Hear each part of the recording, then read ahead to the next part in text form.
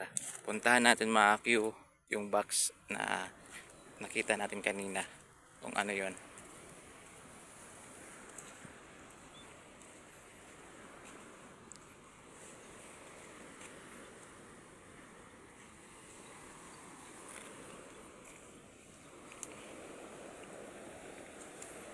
Pag magmadali mga Q, kasi ito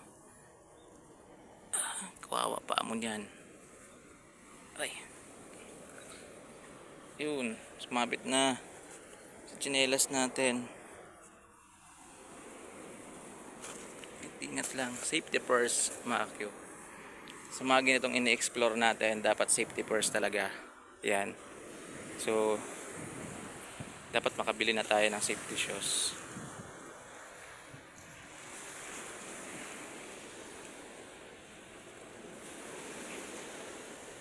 Ang pugat.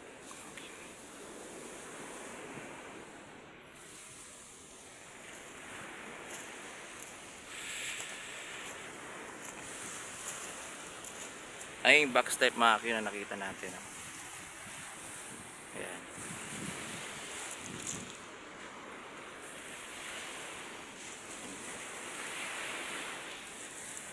Nakaharap po yan dyan sa dagat mga Q.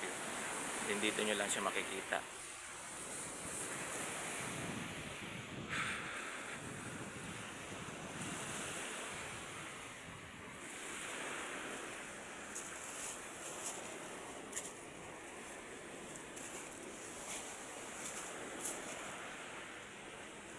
Mga tsinelas na dun.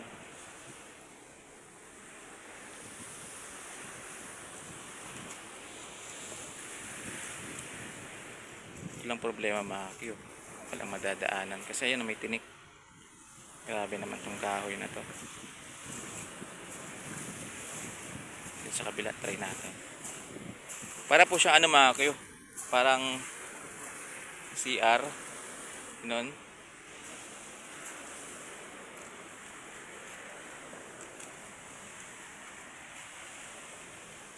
Grabe naman yung puno na yan, no?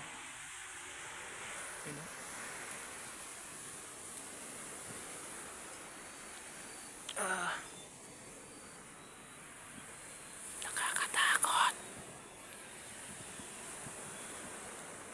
Meron dyang ano, oh. Ayan. Kalibo. Barangay Mabilo. Yan na siguro yung ano, boundary. Wait lang mga Q, hindi tayo pwedeng dumaan dito kasi may mga ano, may mga tinik-tinik. Wait lang, dito tayo daan. Aray, ayun na. Ayun na, mga Q. Wait lang. Doon na lang tayo sa kabila, mga Q. Dadaan. Aray. Delikado yung paa natin dito, mga Q. Tsaka yung mga ano natin. Baka madali tayo. Uy, ito. Lagayin to ng cellphone, ah. Cellphone case. Ayan, oh. Cellphone case to, guys. Para hindi mabasa. Pwede pa to, hindi pa sira, oh. Hugasan lang to mga Q, okay na to. Pwede pa to, guys. Ayun, oh, hindi naman sira. Ayan. Nalaglag lang siguro to. Hindi pa to. Diyan muna, mamaya taanan natin mamaya.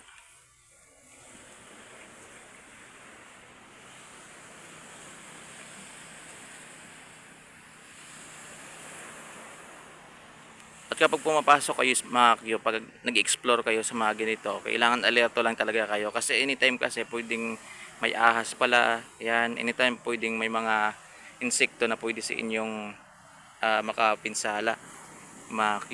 Kaya ingat-ingat talaga. Wag lang puro lakad ng lakad kayo. Dapat tumitingin din kayo sa mga dinadaanan ninyo, guys.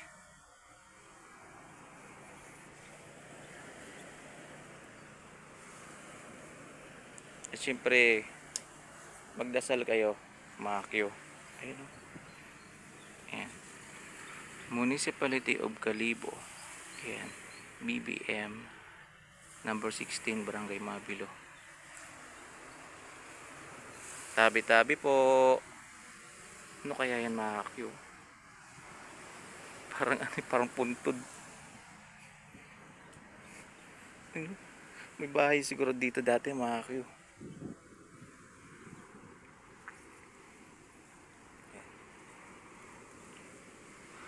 Ayan, pakita ko lang dito mga Q ulit ha. Ayan. Ganyan po dyan sa ganda mga Q. Yun.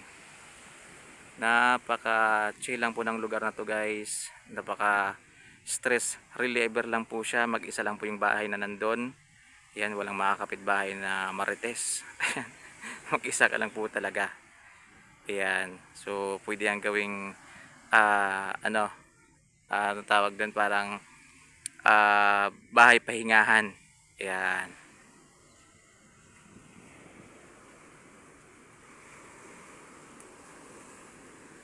Rest house. Yung ibig ko sabihin mga kayo. Rest house. Ayan o. Gusto mo yung sawa ka na dun sa mga kapitbahay mo na sobrang iingay. Yan. Tapos halo-halo. May mga marites pa. May mga ano pang anik-anik.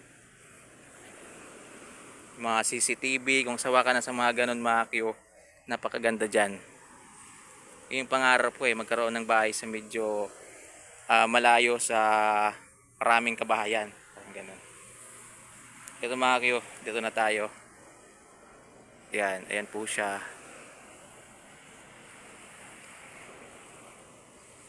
Hala!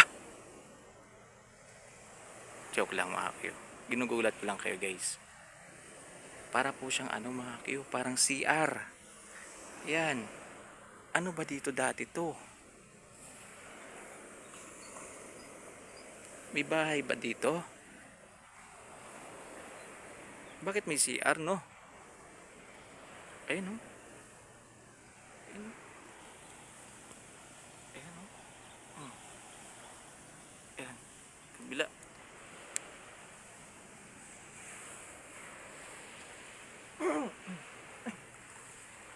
Excuse me po. Ayan no? O diba? Duda ako mga Q, meron talaga dito dating ano, para po siyang waiting shed na parang waiting area, pahingahan ditong banda. Kasi merong CR dito. Ayan, tapos meron din doon, ayun o, nakikita nyo kanina, na parang manhole po siya. Ayan. Yan lang po yung bakat na nandito mga Q. Uy, aray. Ito na nga yung sinasabi ko mga ka-Q. Whew. Grabe yung talim mo.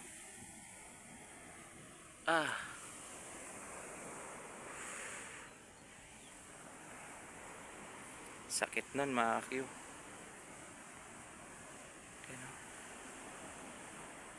Tapos tingin-tingin din kayo sa mga ganito mga Q. Baka may ahas na pala sa taas ng bandang ulo ninyo. Hindi nyo pa alam mga Q. Yan, dapat talaga maging ano ka talaga, vigilant ka talaga, aware ka talaga. Yun no, CR pala siya mga Q. Ganda lang no.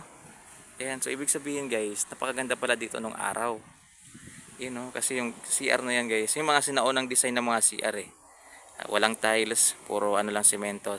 Yung ano yan, mga Q.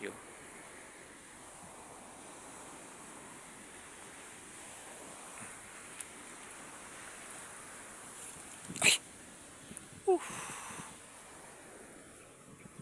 Ano to no? Yan na yan, wait lang. Wow. Maano dito mga Q, malinis ditong area. Part. Ayun na, may butas. Bahay ng alimango yan mga Q. Ayun oh. Hala!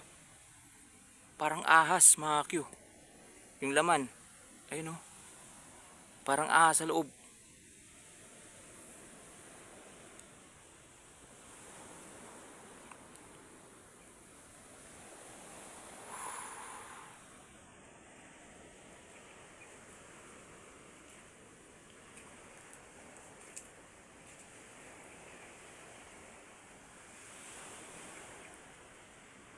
Labas na tayo mga Q. Labas na tayo guys. May bahay ng ahas.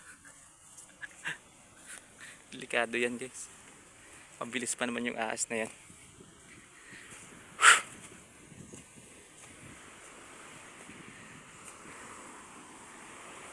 Grabe naman yung puno na to.